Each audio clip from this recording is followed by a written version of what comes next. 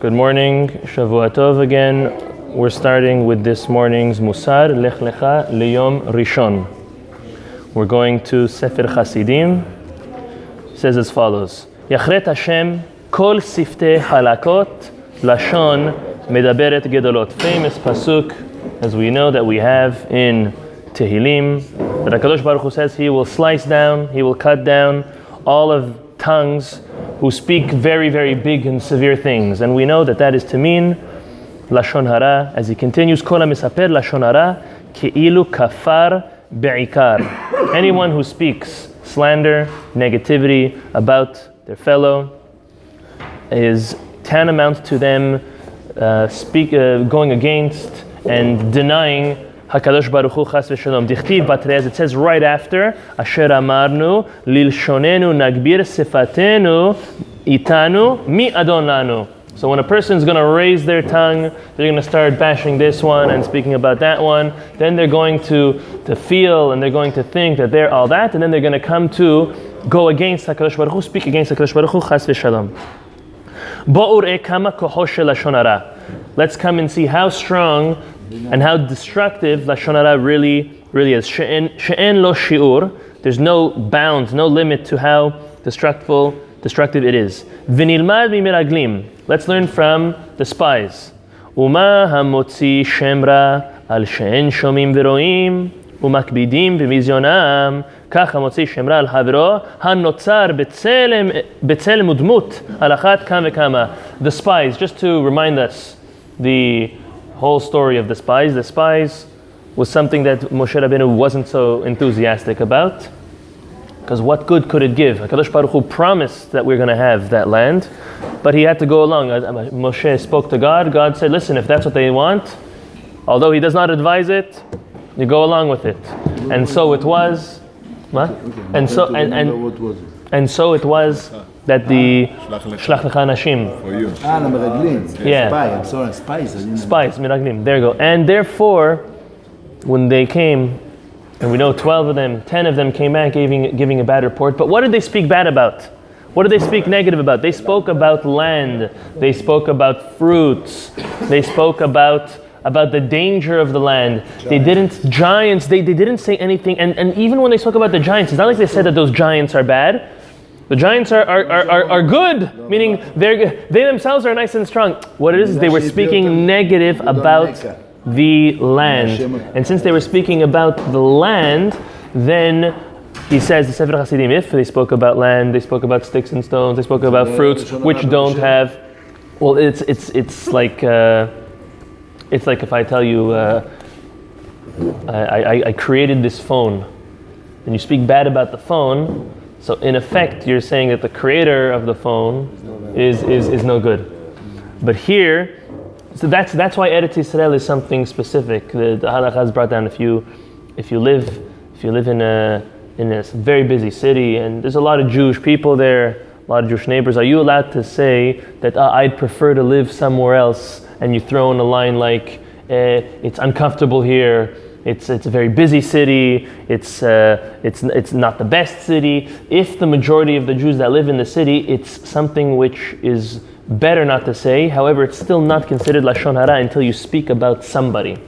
Eretz Yisrael has a special halacha in and of itself because it is the chosen land, that therefore when they spoke about even the land and the sticks and stones and the fruits and vegetables, that was its own prohibition. Regardless, the Sefer Chasidim says, look at them, they spoke about inanimate objects and they have no feelings, and they were still punished on account of that. Therefore, all the more so when a person speaks about someone else, anybody who is created in the image of God, how much more severe is it?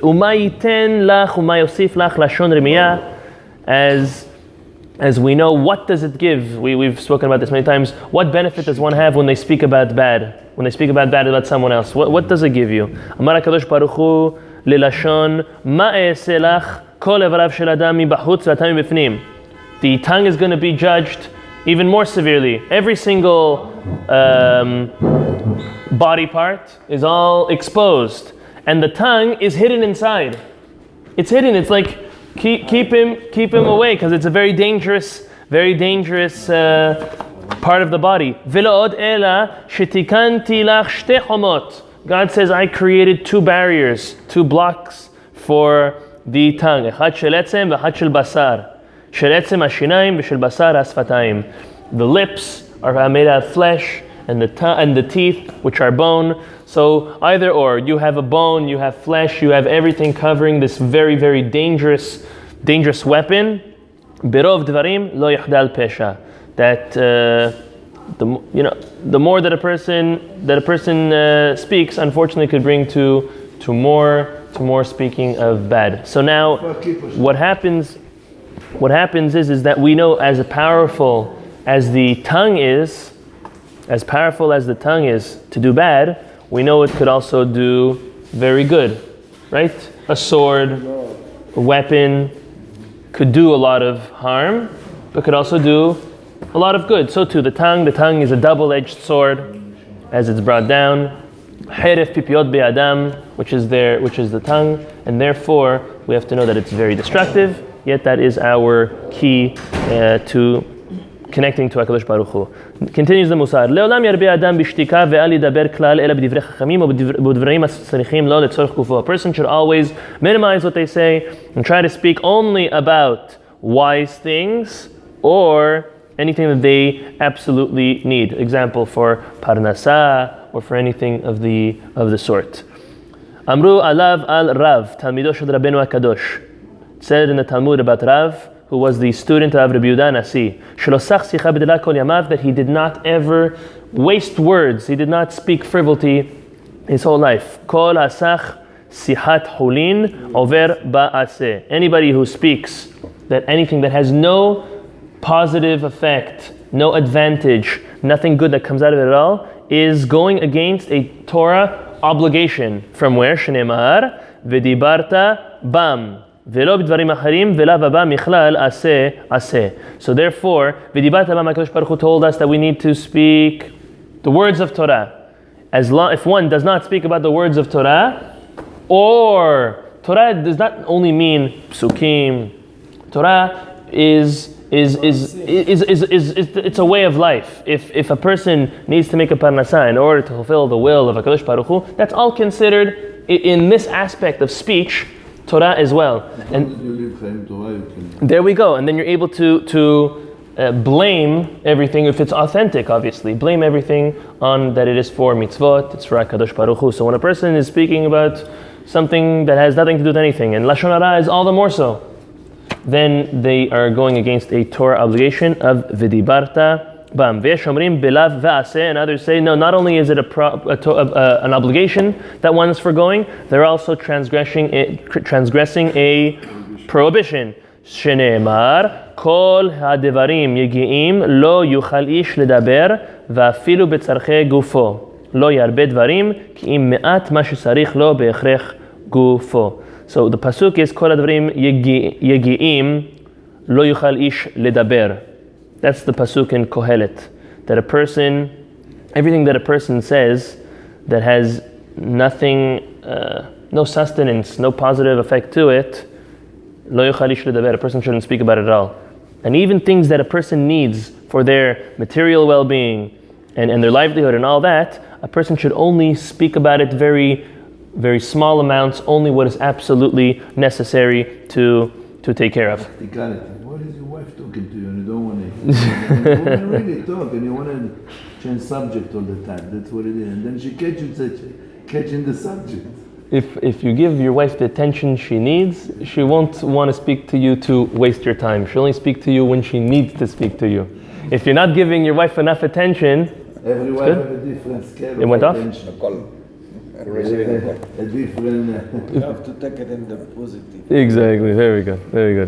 Okay, next. V'chen b'divrei Torah. Yu dvarav shel adam me'atim v'inyanam merubim.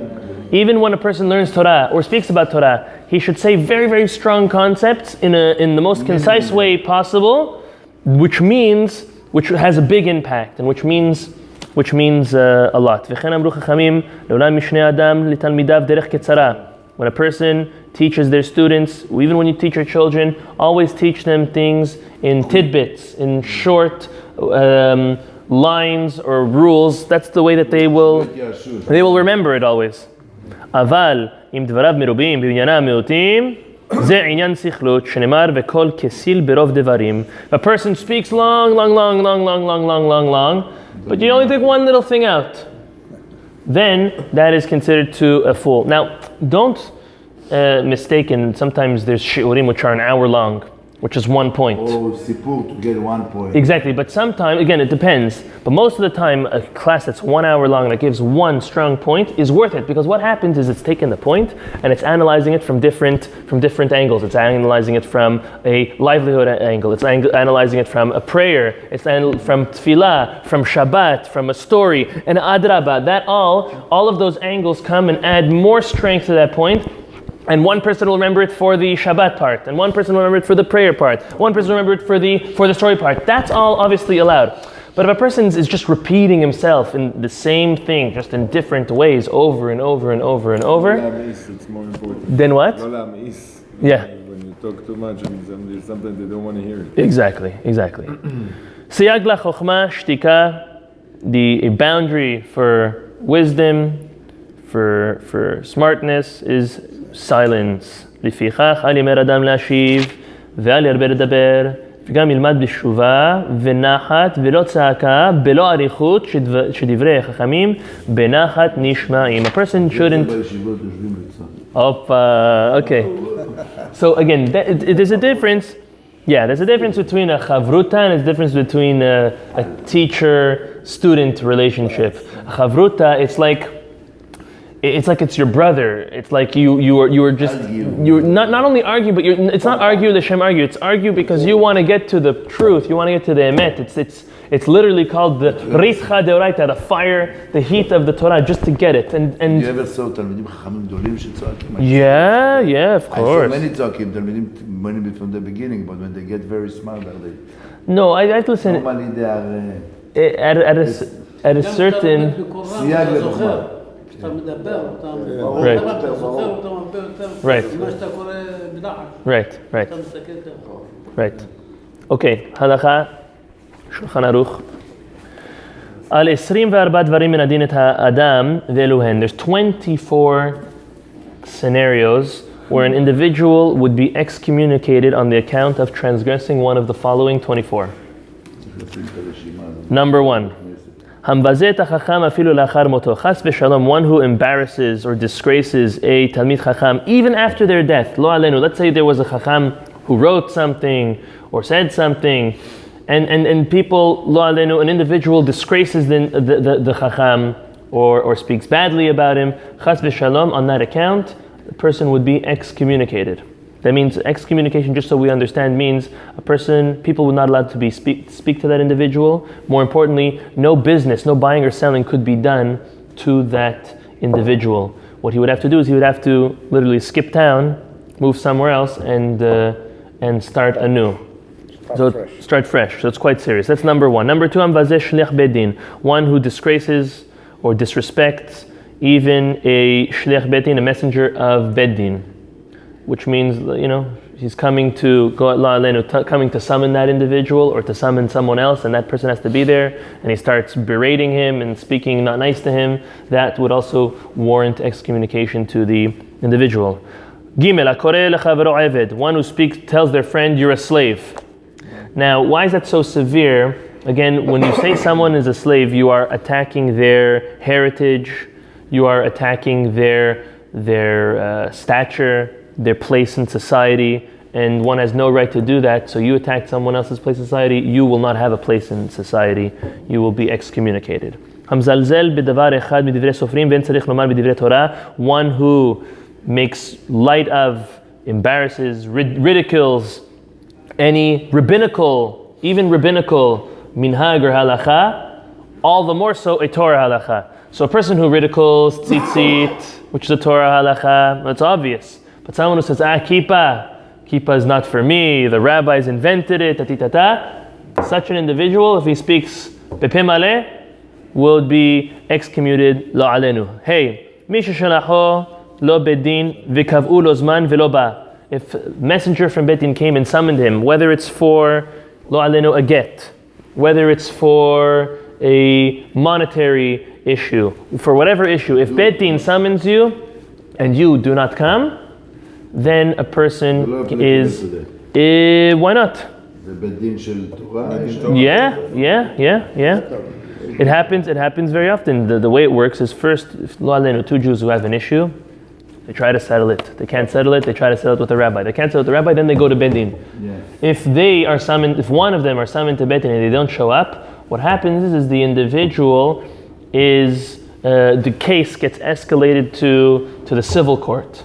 However, al pi halacha, really, that individual who refuses to come to Beit Din has that idea of excommunication. So very often, that type of individual either already skipped town, let's say if it's for giving a get to his wife, or even if it's on a business matters, he will completely avoid any contact that has to do with the Beit Din. And the Beit Din has it on record that this individual is someone who refused to come, and it works against him, lo alenu.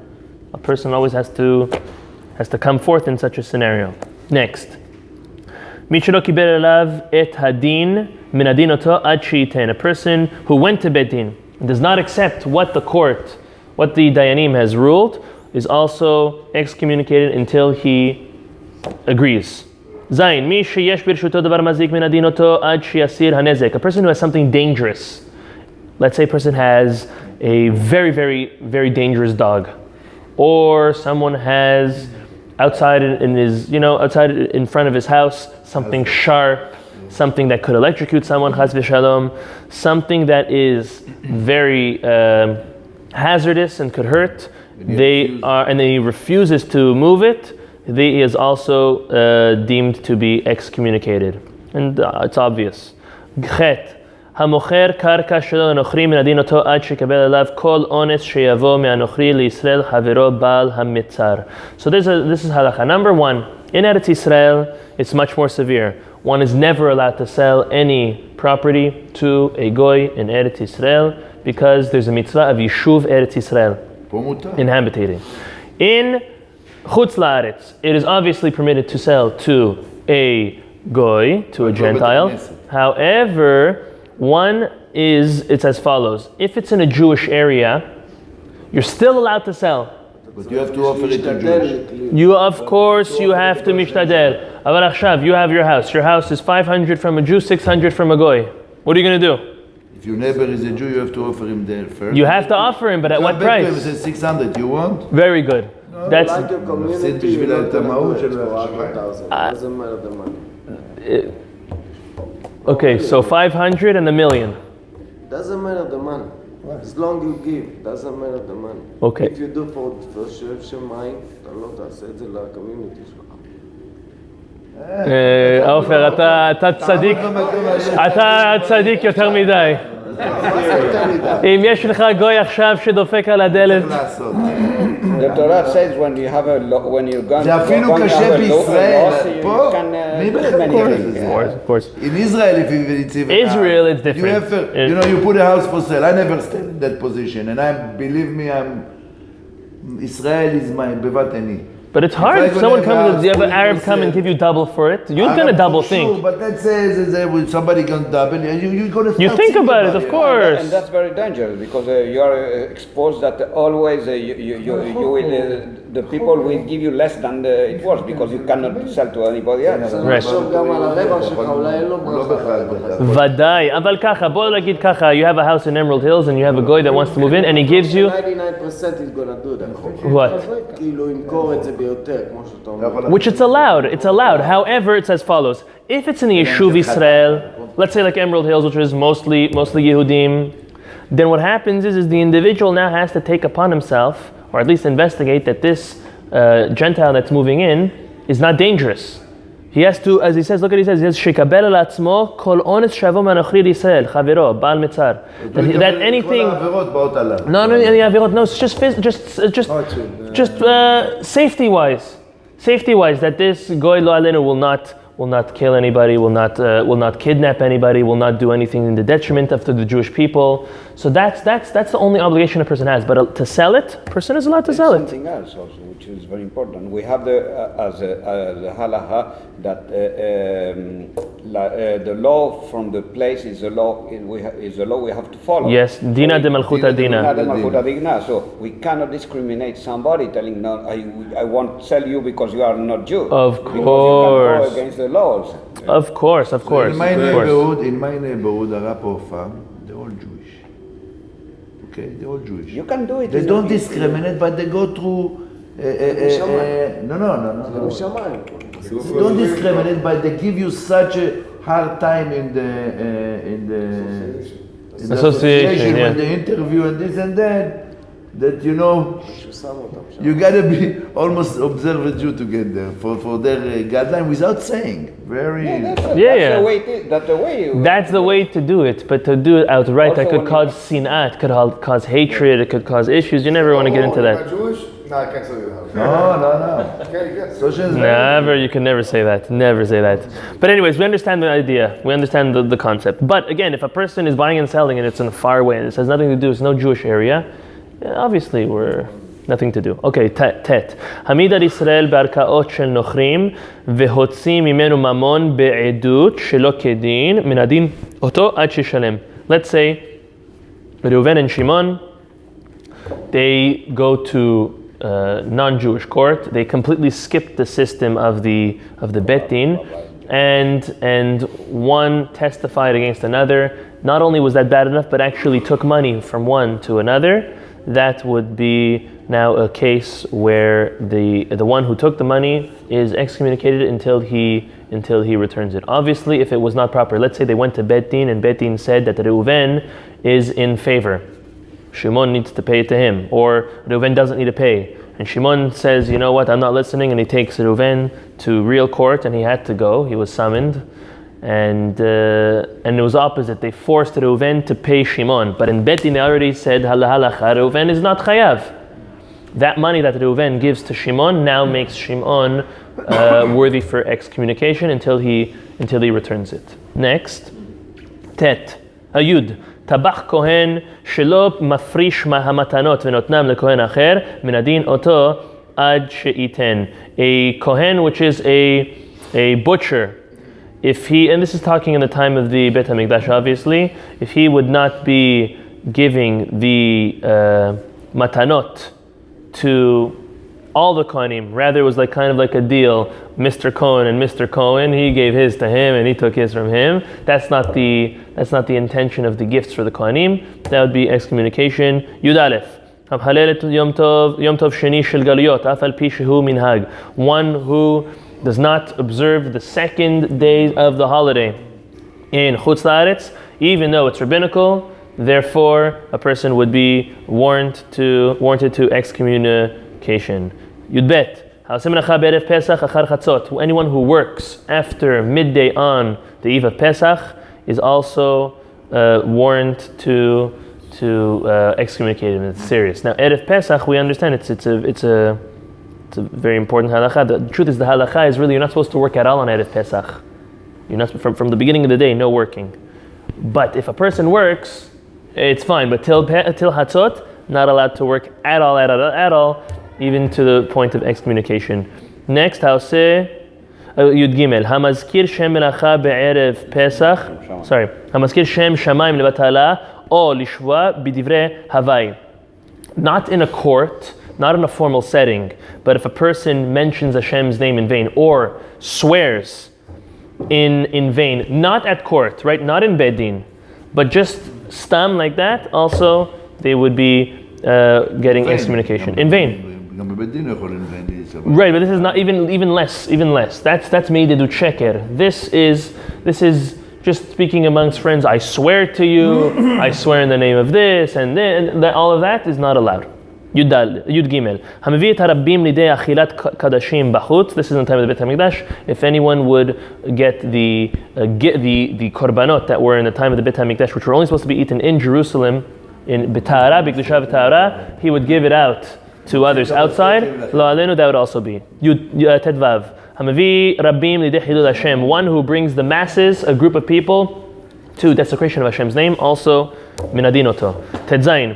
Hamhashev shanim v'koveh chodashim b'chutz la'aretz. One who doesn't go with the formal calendar that we have in the time of the Beit HaMikdash, this is more talking the time of the Beit HaMikdash, in the time of the Beit HaMikdash, all of the calendar, all of the dates would be nikva, would be instituted only by the Sanhedrin, the main Sanhedrin in the Beit HaMikdash. If anybody in Chutz La'aretz said, listen, what am I going to wait? Why do I need to keep 2 days holiday? The only reason why they have to keep 2 days holiday because it would take them time to tell us when the actual Rosh Chodesh was. It would be anything more than 2 weeks. So therefore, we have to keep 2 days. They're going to say, what do I need to wait for them? I'll look over here, I'll look at the moon myself, I'll bring 2 edim, and we'll institute it ourselves. That would be prohibited. Everything has to go from the headquarters, the main Bet Din in Yerushalayim. Yud Zayin. Hamachshil et ha'iver, anybody who sets a stumbling block for a blind person, and that's obviously not physical. It means anybody who seeking advice or needs help or something, and one actively and intentionally gives them advice for something wrong. That is something that a person can be excommunicated for. Now, a person has to know when. Right? If you tell someone to do something, how do I know what you were thinking in your mind? So obviously that's up to Bet Din to decide. Someone who holds back people from doing a mitzvah. Imagine if someone stands at the front of the synagogue, not letting anybody in. An example. Or if I don't know, someone doesn't let the kosher food truck come into the store. Says, no one. I don't want anyone to eat kosher. Any type of similar situation. Yutet tabach she'atza trefa mitachat yado. A butcher who sold something non-kosher, even by mistake, is excommunicated. He could try, even by mistake. He can restart in a new city. It's not like he's out of business forever, but you made a mistake. That's serious. You have to skip town if you want to stay in that same business. Only from his from that city. From that city. Exactly. So what is Onish Bashamayim? Just menadim oto. It depends. If he Bashamayim, they know the intentions. If it was a complete ones, complete shogeg, you understand. But if the person had intention, Hashem knows. Hashem takes care. This is our chiyuv as a city. Exactly. How to do? Exactly. Kaf tabach shelo hir'a bdikat sakino lechacham. A shochet. Who there's a law. Any shochet, anytime anybody comes, not really anybody, but a chacham, tamid chacham. Like it's not if any Joe Schmo says, "Hey, let me see if your knife is kosher." Let's say the guy's in the slaughtering house, the shochet. If a randomer walks in and says, "Hey, let me see if your knife is kosher," he doesn't have to shot him. But anytime a tamid chacham comes and asks, "Can I see if your knife is kosher?" It's kind of this respect law that, of course, there's nothing to hide. It's kind of take a look to the shochet. No, it's not this. Let me check you, but on the other side you have to respect because it's chacham. No, it's more like this. It's this common law amongst that the chachamim instituted amongst shochatim. There's never anything to hide from one's knife. So if anyone asks you, not anyone who's knowledgeable, who is ba'inyan, says, let me check your knife, right away, stop, check the knife, no problem. And anyone who refuses, any shochet that refuses to show a knife, we're scared that maybe you're hiding something. That's the because if the knife is pagum, then it's not kosher, yeah. The same thing. You don't know if the knife is pagum, but it's very good. If you walk into a restaurant and say, it says kasher outside on the billboard, let me see your teudah. I'm not allowed to, I can't show you my teudah. Now you have something to hide from. It's probably an old teudah. It's probably counterfeit. Who knows? Whenever someone's hiding something, you have something to be worried about. Chaf Aleph. What? It should be posted. It should be posted. Yeah. Chaf Aleph. Hamkashe atzmo ladat. Chas v'shalom. One who arouses their brit. Lo alenu. Ladat, meaning intentionally, is chayav nidui. How do you know? It's a whole other story. But if it's known that someone does so, person should be excommunicated. Chav bet. המגרש את אשתו ועשו בינו ובינה שותפות או משא ומתן המביאן להזדקק זה לזה כשיבואו לבית דין מנדין אותם. Look at this. You have Avram and Sarah, which were married, and they were divorced. They can have a restaurant together. They can't, very good. They cannot have a common business together, that the daily operations or even weekly or monthly operations. Meaning if they, let's say they divorce. Which one of them is supposed to be in the business? No, they shouldn't be together in the business. They should not be anything lizdakek, that they are dependent on one another. What's the problem? It could be that they might come back together in a non-kosher way, in a way, whether they were remarried or not remarried. If they're remarried, all the more so. But even if they're not remarried, it could bring them to coming together again in a non-marriage format, and that would be prohibited. So if they own a some type of company that both of them have nothing to do in, and they said while they were divorcing, listen, we're not going to go through the headache of splitting it. We'll just split the profit, and they have nothing to do with it. It's something else, stocks, whatever the case. But if it's something which at least one of them is involved in the business in a serious way, then that would be something that they would be forced. One of them would be forced to sell their shares to the other, or the whole business sold and split. I think this is applicable from back then, because back then they used to do ktubah, get rid of the woman, don't see it. Today there is a but part of the ktubah is was alimony, yeah. Monthly. I don't know if it's monthly. I don't know if it's there's a certain amount of money that they agreed on. That will be paid every month. No, normally it's supposed to be all at once. But who has exactly? Back then was all at once. Today it's no. once But again, Avi. Back then, who had all that money all at once? Very few people. So she has a choice now to say nothing, or to say, you know what, you owe me $180,000. I'll take $1,000 a month for 180 months. Right? Even it's horrible. It's a horrible deal, but at least she's going to get something. So she mizdakeket lo anyway. But that's different. That's mizdakeket lo, like just maybe to get a payment. Less times. That's what it's just to get a payment. That doesn't promote any closeness. When there's a business, there's decisions. I want to paint the floor of the restaurant this color. She wants it that way. I want to change the menu. She wants it this. The decisions. I know, but none of that brings closeness. That's always a fight. In a business. Now we have a common goal. We have a common goal. We want the business to succeed. It's like you have a store. Yeah, you're running the store and she's doing the accounting for it. You're both in the store doing what you need to do. So you can always. I can understand not to be in the same business, but it's like the same. Business is electric. It's a question of kids, Exactly, yeah. But what's wrong with that if it could bring it back together? It can bring it back together in a non-marriage format. Okay, I mean, But what if it leads to a marriage format? Who said that's permitted? We've spoken about that. Who's going to lead? Well, it's very nice. Before now it's even better. Once in a while, no problem. No, we've spoken about this before. Any marital relations before marriage is completely prohibited. Right? There's many reasons. First of all, that in itself is prohibited. Second of all, if she's not married, she's for sure not going to the mikveh, so she's for sure nida. I mean, I could expound and expound and expound. There we go. Joel, you sound experienced. Okay.